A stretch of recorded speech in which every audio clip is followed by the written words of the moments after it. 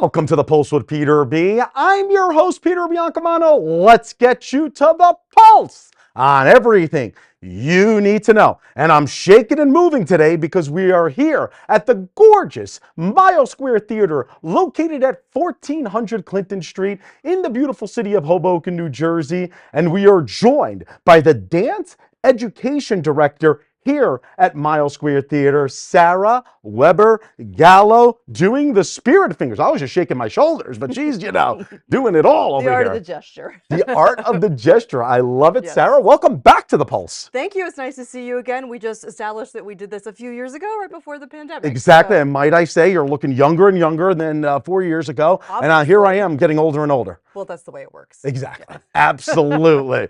All right, Sarah. So you have been here for a minimum of 4 years. So Yes. How long have you actually been at MST? This is the end of, or towards the end, because we're nearing our recital season of our 9th year, having a dance academy at Mile Square Theater, going into year 10 next year, which is very exciting. And we've grown immensely, like from a few founding families to over 300 students. I have 311 costumes that I'm working on right now for the recital. Goodness. Also a seamstress, it seems like. No, I'm kidding. You have to do a little bit of everything in small business, right? This is not for profit theater. Trust me, we're cable access. We know all about that. So Sarah, talk to me about what type of programs you offer. We have classical ballet, we have contemporary, we have theater dance and jazz. I'm a former Rockette, so we do a lot of precision dance for fun. We do improvisation and composition classes. So I start the children as young as 11 years old at starting to create their own dances so that by the time they leave here, they are truly working like artists, not just being told what to do. So that's sort of a hallmark of our program. We have tap, we have hip hop. We used to have flamenco. We don't have that right now, but we're working on bringing that back. And then we also have a lot of theater classes as well. Oh my goodness. And is it mainly for children or are there adult classes as well? We have ages 3 through adults. So I teach an adult ballet class every Wednesday morning. We call it the Ballet Cafe Society. It's really lovely. Some former dancers and moms in the area come every Wednesday to take class. But yeah, a lot of small children. Wow, that is fabulous. That absolutely is. And it's not actually held here in the actual theater, correct? There is an annex 1 block away. Yes. So our studio is located at 420 14th Street, which is right across from what used to be the movie theater under the viaduct on the north side. You can find us easily because we have a ramp halfway up the block. We're in between Boy Cafe and what used to be the smoothie stand. Kind of like a bar, a dance studio, and a coffee bar. So everything is perfectly set up for us. What else do you need, right? Exactly. I've got everything it's a trifecta, it sounds like to me. And I do want to go over your background a little because you did say you were a Rockette, and then that didn't startle me because how could I not know that, right? Talk to me about your background before you came to Mile Square Theater. So I have just completed my 25th season with the Metropolitan Opera, which is where the bulk of my performing career was, and that's a repertory company, so we do a little bit of everything, which is part of what prepared me for teaching a little bit of everything and running a little bit of everything and working collaboratively here at Mile Square Theater. But yeah, I just retired. Half my life has been spent at performing in the Metropolitan Opera stage. Thank you. It felt like a good number to end on. Right. And working on this academy, continuing to build and work with Mile Square Theater. I'm also a professor of ballet at Montclair State University, and I'm executive director of Dance New Jersey, which is a statewide organization. My goodness, where do you have time to even sleep? It's amazing to me. So Sarah, a person with your type of background, it's amazing that you even have time to do all the extracurricular activities that you do here at the Mile Square Theater, and MST is definitely lucky to have you. If I'm a parent and I want to sign my son or daughter up for one of your classes, what can I expect? You can expect pretty amazing teachers, first of all, and you can expect a very hands-on experience with me being as present as I can possibly be. All of our teachers are professional artists who are actively pursuing their careers, so they're constantly in training. I also have some new faculty members who are my former students at Montclair State who I've been mentoring up through the ranks. So we are just a really warm and inviting experience, as well as being very professionally driven, because I mean, dance is a rigorous profession, and that's something that has to be learned, but it also has to be taught, I think, in a nurturing environment. Unbelievable. And yeah, I think you hit the nail on the head there. You said it needs to be learned. So yeah. I'm sure some students you had at a very, very young age have been with you for a number of years now. Yes. Am I right or wrong? I'm wondering if you want to share an example Yes. of maybe a student who worked their way up under your tutelage. Yeah, absolutely. I have some students who have graduated high school and gone on to be dance majors in college, and they come back every season when they're back in Hoboken to help out. They come back, they help help with costumes, they help with choreography and assisting and kid wrangling. So we're just a very welcoming environment for that. But I was just talking with some of my younger choreography students who are in the 11-year-old range, and they did start with us at 3 years old, and they remember us, several locations ago in a teeny little dance studio before we were able to expand to this space. Oh, that is fabulous. And we can hear children in the background here. There's I mean, a lot going there's on here at Miles everything Square going on Theater. here at Miles Square Theater. I absolutely love that. That's fantastic. If, I guess, if a parent is kind of concerned that their student might not get it, what do you want to tell them? Whether they're taking ballet or hip hop or anything like that, I guess, what kind of services can they, garner from your wonderful teachers that you talked about? I mean, I would say dance is for everybody. Awesome. And dance education is for everybody. It does not matter if you want to go on to be a professional dancer or a dance major in college. You're going to get something out of this training. We're ensemble building. We're working together. We're learning discipline. We're learning cooperation. We're learning spatial awareness. We're learning musicality. I mean, it's complex reasoning that happens when you dance. So whatever happens, it's basically math with music. Wow. And movement. It's the fun type of math, I guess, yeah, correct? It's the kind that I like. And Sarah, the Miles Square Theater, I mean, it gives Hoboken residents, but also Hudson County residents, an opportunity to, showcase the wonderful talent that we have in the Hudson County area and beyond, let's just say. Why do you think it's important for people in the Hoboken community and the surrounding areas of Hudson County to support this theater by possibly putting their children in one of your classes? Well, I mean, look. You take your time. This is a lot. I think it's such a rich thing to have a theater in your community, right? Hoboken is a wonderful place, but it's really a small town. And to have a professional level theater in the community is an amazing asset to this town. I think it's wonderful to be able to see world-class theater and dance without having to pay an extra 2 hours for a babysitter when you're going into New York City, right? Yeah. You can come right here. Our training is the same as children who are being trained in the city. The quality of our theater is the same. We're just close to home. And so we are, we're a thing that was built from the community for the community. And we just want to welcome everybody here. Yeah, that's absolutely fantastic. We have about 1:45 to go here, Sarah. If people want more information on your programs, where can they find more information and when are your classes offered? Because I'm sure there's some classes that are possibly seasonal and all that. Yes, we're 2 weeks away from recital weekend, so don't start now. But exactly. But we're offering new programming during the summer, half morning day classes, 7 weeks of it for the pre-K, that's 3 through 6, and that will be all different dance forms with a little performance at the end of each week, and then 4 weeks for the teen crowd, so about 12 through 16 is the recommended age, and that will include ballet, pointe, contemporary improvisation, hip hop, tap, just a little bit of working together every day to keep honing the craft. So that you can find at milesquaretheater.org. Click on the classes button and see what we have to offer during the summer. The fall semester will start, it usually starts a week or two after the actual school year starts based on the Hoboken public school calendar to give everybody time to acclimate. Those are busy weeks, right? Especially like students who are going to high school, maybe out of the city, it gives them time to understand what they can actually work into their schedule. And we'll start with a welcome weekend this year where everybody can come and meet the faculty and be in our spaces so that we just create that sense of community. Well, that is day fabulous. one. And I have one more very, very important question for you, Sarah. I have 2 left feet. That's at least what people tell me. Do you think you can help, a person like me out, get some rhythm? Absolutely. I mean, I think if you can write, you have cross-body coordination. That means you really don't have 2 left feet. I absolutely, wow. You can tell she's talented. Why wouldn't you want to take a class with her, right? All right, Sarah, thank you so much for coming on the show again. I mean, don't wait another 4 years. Yeah. I was going to say, please, we'll have you back soon enough. All right. Sarah Weber Gallo, who is the Dance Education Director here at Miles Square Theater. Thanks again. I really, really appreciate it. Thank you. Take care. Folks, the Miles Square Theater is located at 1400 Clinton Street. We will be right back.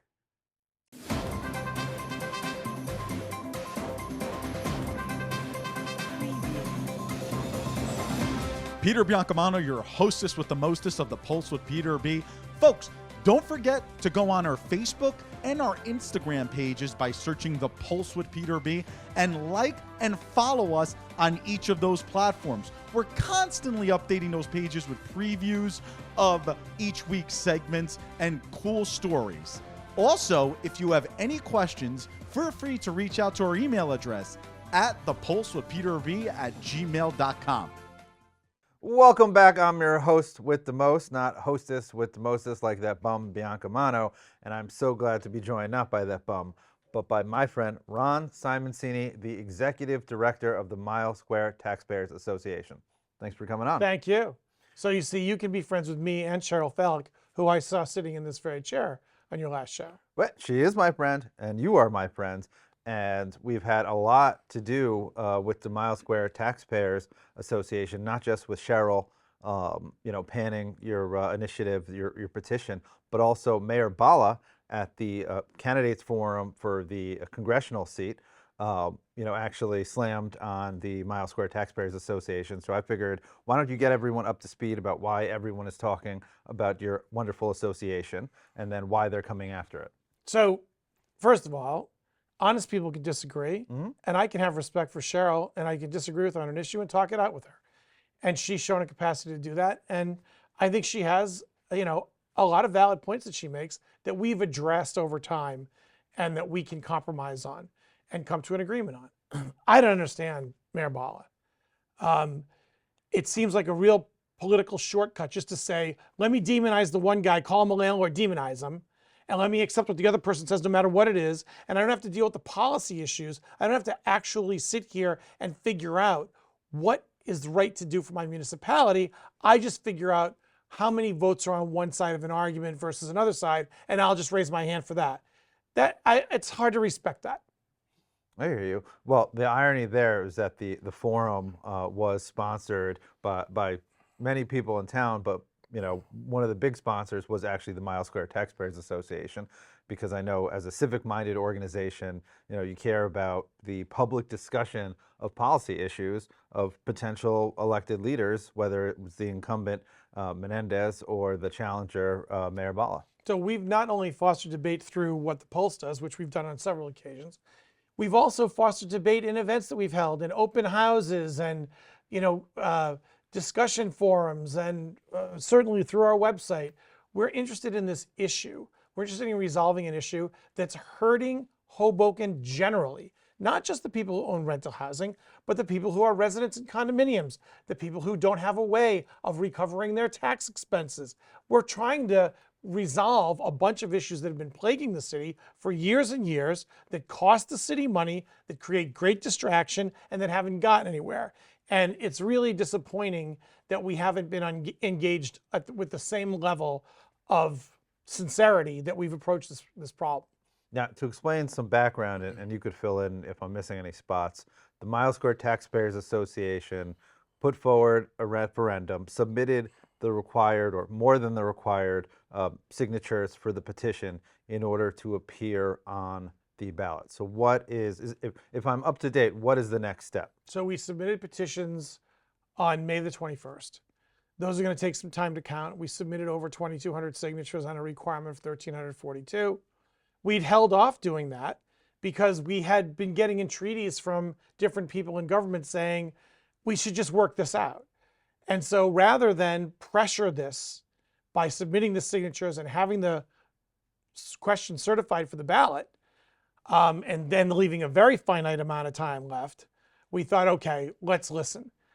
And some of the same people who asked us to hold off accused us of collecting signatures by falsifying our agenda, which was ridiculous.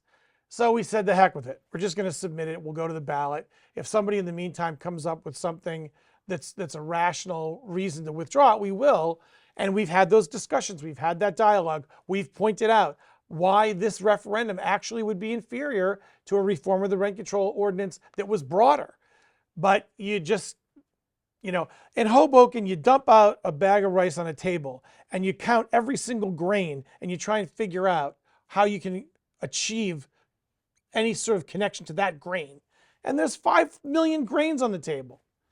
And it's really defeating the legitimacy of this process. Well, I do like rice, but my question is, what were the elected officials that were kind of, not who were they, but the ones that were saying hold off, but then accusing you or the MSTA of using semi-sneaky language? What was their accusation there?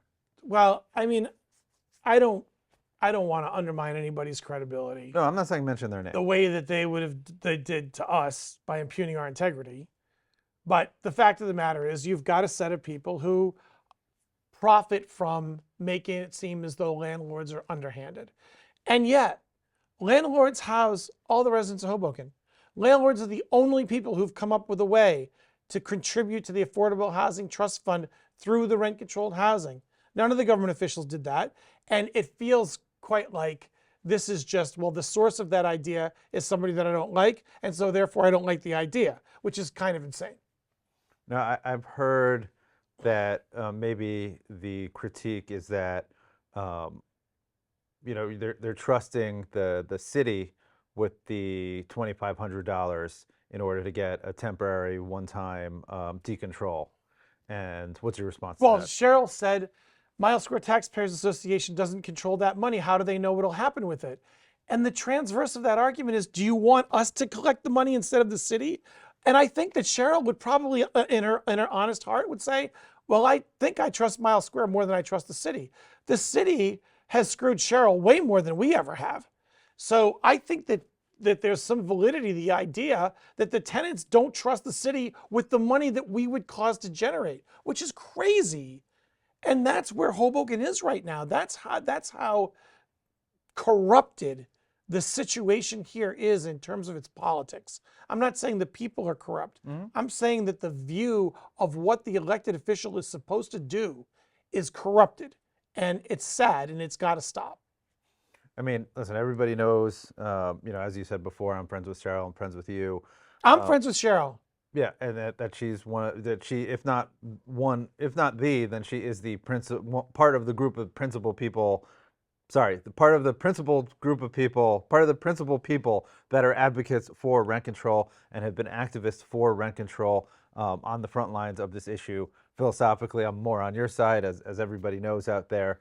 But to me, it's just, you guys were able to work together to propose a solution that left everybody slightly happy and everybody slightly annoyed. In the past, it was rejected by the council. It just seems to be a whole waste of tax dollars potentially to have a referendum question for an issue such as this. Well, I mean, during that dialogue, I certainly had no problem with the things that Cheryl asked for.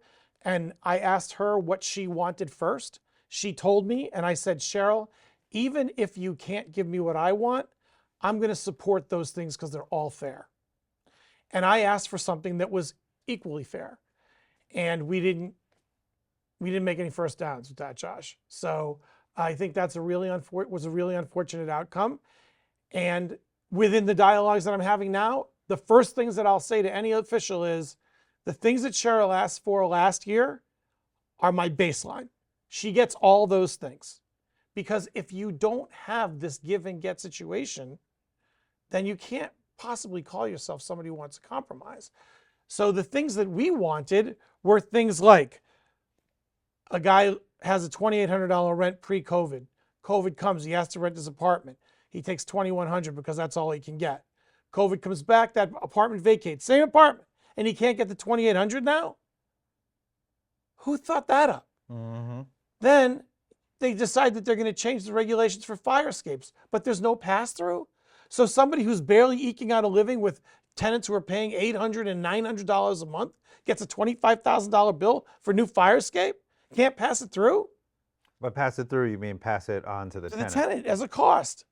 So the city has all these unfunded regulatory requirements that the property owner can't recoup. And yet they want to say to the homeowner, oh, we're balanced. Condominiums, they don't have the protections they could easily pass for condo owners. They don't have protections they could easily pass for harassment. They're worried about us harassing people? Pass legislation. We've been inviting you to pass legislation that's anti-harassment. Yet they don't do it. But they'll say Mile Square Taxpayers Association misrepresents itself. When they're the sitting government, tenants are begging for the protection. We're supportive of it, and they still won't pass it? I mean, you got to look at this thing for what it really is. This is a whole bunch of politicking because in Hoboken, there's always a next election. Now, Mayor Bala has lost 9 out of his last 10 elections. He lost 5 out of 6 ward seats. He lost 3 Board of Election seats, and he lost the referendum on the school. 9 out of 10. Mm-hmm. And yet, there's no sense of, let me listen a little bit. Let me listen a little bit to what's really going on here and react relative to the policy and not the politics, which he clearly has not gotten right. So Ron, before you mentioned about condominiums, how does rent control and the ordinance relate to them? Well, here's the most puzzling thing of all. You've got 10,000 condominiums in Hoboken, and based on what the rent control board is saying and its vice chairman is saying, they're all under rent control and they can't rent except for at the rent that they got when they were converted, which could be 30 years ago, which could be people have occupied those ever since. There isn't a provision right now, and there's not a defense against what they're saying at the rent control board unless you go to Superior Court and you buy into a $20,000 or more lawsuit. Well, how many of those are in Hoboken right now? From every major new construction owner who they've tried to put under rent control, they're going to spend hundreds of thousands of dollars each case, and they're going to lose them. And they're making the city vulnerable to tens of, if not hundreds of millions of dollars worth of liability. But these poor condo owners, one at a time, don't have those resources. And that's the way the rent control law works. You'd have to go one at a time. And they should solve that for the condo owner who votes for them too, because that condo owner's property value and the corresponding value that's charged by the city in tax is depressed as a result of a no-win ordinance. No one wins from that. There isn't any outcome there for anybody because what do? They just don't register the unit. So they rent it at market anyway. So we got a bunch of hooey going on around here that could be resolved. Could be resolved if someone had just a tiny bit of courage to say, I can lead us through this thing and make it right. And that's not here. And that is really disappointing. But we're going to end up on the ballot. These messages are going to come through to the electorate because we've got a budget that we can deliver our message with. And I don't think anybody's going to be particularly happy with how their interests have been represented relative to this in condominium world. Well, Ron, I'm so glad that I listened to you, this wonderful segment. Unfortunately, we do have to go. We're definitely going to have you again on the future. Thanks for coming. Appreciate it. Stay tuned. We'll be right back.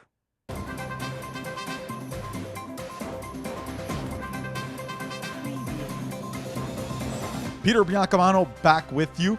Don't forget to watch us on cable access every Sunday and Monday at 9 a.m. Optimum Channel 18, Files Channel 46, and Comcast Channel 190. Also on Sunday mornings at 9:30 a.m., you can watch our show on our YouTube channel, and you can also binge watch all of our old shows. Who doesn't want to keep watching The Pulse with Peter B? We'll see you there. Welcome back to the Pulse with Peter B. Peter Biancamano back in the host chair. And now that Josh Sotomayor Einstein is out of here, there is a real talent on the set. And I'm not only talking about myself, I am talking about our Pulse medical insider, Dr. Tina Shah. Welcome back to the Pulse. We missed you. Thanks for having me. Absolutely. Well, Dr. Shah, it is the first weekend in June, this weekend, and it is Men's Health Month. And you will be back next week to discuss prostate cancer, which is a little more of a male topic, but so is what we're going to discuss today, which is osteoporosis. What is osteoporosis, first of all?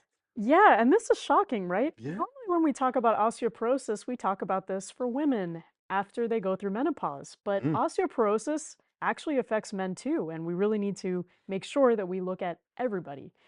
So I'd love to give you this analogy. Imagine you have a home and you have the infrastructure. You've got the beams, the wooden beams creating the roof. Now, imagine you have termites. Oy. So the house looks like it's okay, but it's really very fragile, and it's only a matter of time before something crumbles and the house falls. And that's sort of how osteoporosis works. It's when your bones slowly and slowly start losing some of the minerals.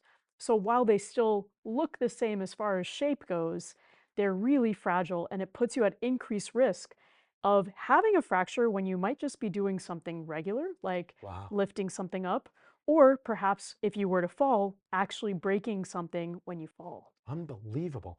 And Dr. Shah, how could you tell if you have it? So this one's kind of interesting too. It's not something you can feel. It doesn't really cause pain. A lot of times we diagnose osteoporosis when someone's had an incident, like they have broken a wrist or they have broken a hip. But because of this, we actually screen for osteoporosis in women because it really is a high prevalence. And in men, unfortunately, we're still sort of figuring out if there is a rationale for screening up front like we do for women. So what I'd like to say is there's some risk factors that we should look for, but we don't routinely screen men. Wow.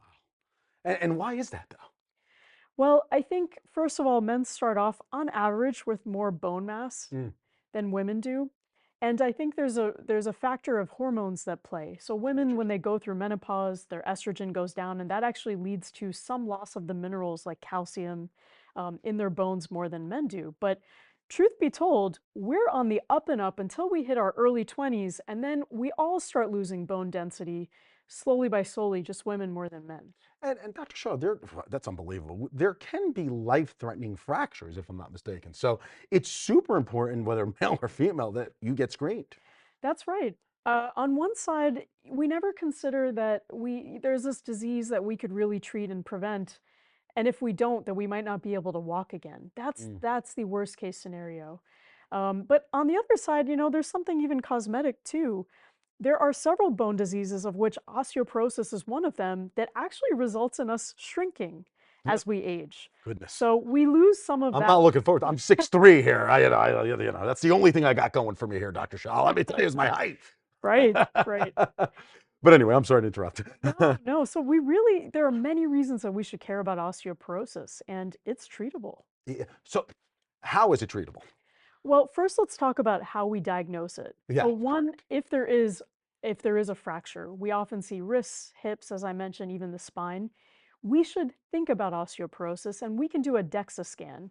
And what that is two different X-ray energies that are aimed at certain bones in the body, for example, the wrist. And then it's sort of mapped back to pictures that are interpreted by physicians where they can tell you how dense, or on the other side, how thin your bone is getting. And that's really the starting point. Once we actually know that you have osteoporosis, you may actually be put on medication like bisphosphonates, like Fosamax. You might have heard of that medicine before. But also, we actually have some, I'm going to call it more natural types of things that we can do. And if it's okay with you, I'm going to share a few of them. Absolutely. All right. The floor is yours. Well, I feel like every time I come on this show, I'm just advocating for exercise, but that's what I'm going to advocate for. Exactly. And if anybody needs it, it's Josh Sotomayor or Einstein. So we need you to keep advocating for that. Let me tell you. No comment on that. I mean, he goes up 3 steps and is winded. It's crazy. But anyway, go ahead. Sorry, Dr. I think you should see a doctor. Yeah, exactly.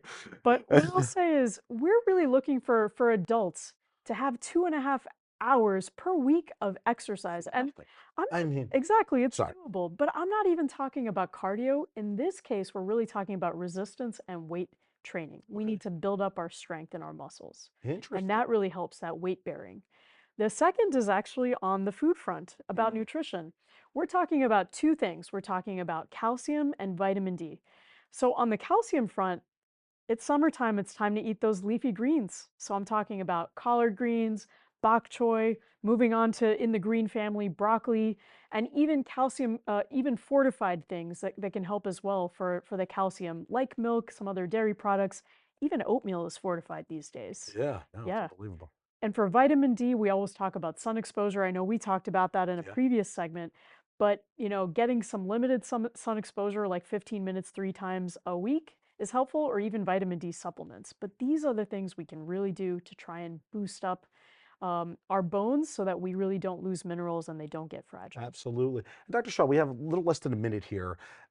If a person is just feeling back pain or almost like bone shivers when it's cold outside, it's most likely not osteoporosis. But would you recommend if it's consistent, that they actually go to a doctor and possibly get a screening? I would definitely recommend that they go see a doctor. It's hard to really pin down what could be causing those two symptoms. Right. There are many other things, but we know that women that are 65 and up, or that have had early menopause, should get this routine screening. And overall, that's men and women who may have been at risk because they might have certain conditions like rheumatoid arthritis or other conditions where they're on steroids or other medicines that we know can impact the bones should actually get tested earlier and screened. Well, unbelievable. Dr. Tina Shah, she is just a wealth of knowledge, and we are so happy to have her as our Pulse Medical Insider. And she's coming back next week, so you won't miss her too much. Thank you again, and we'll see you next week. Sounds great. See you then. Absolutely. All right, folks, join us next week for The Pulse on everything you need to know. I'm Peter Biancamano. I hope you have a great week, everybody.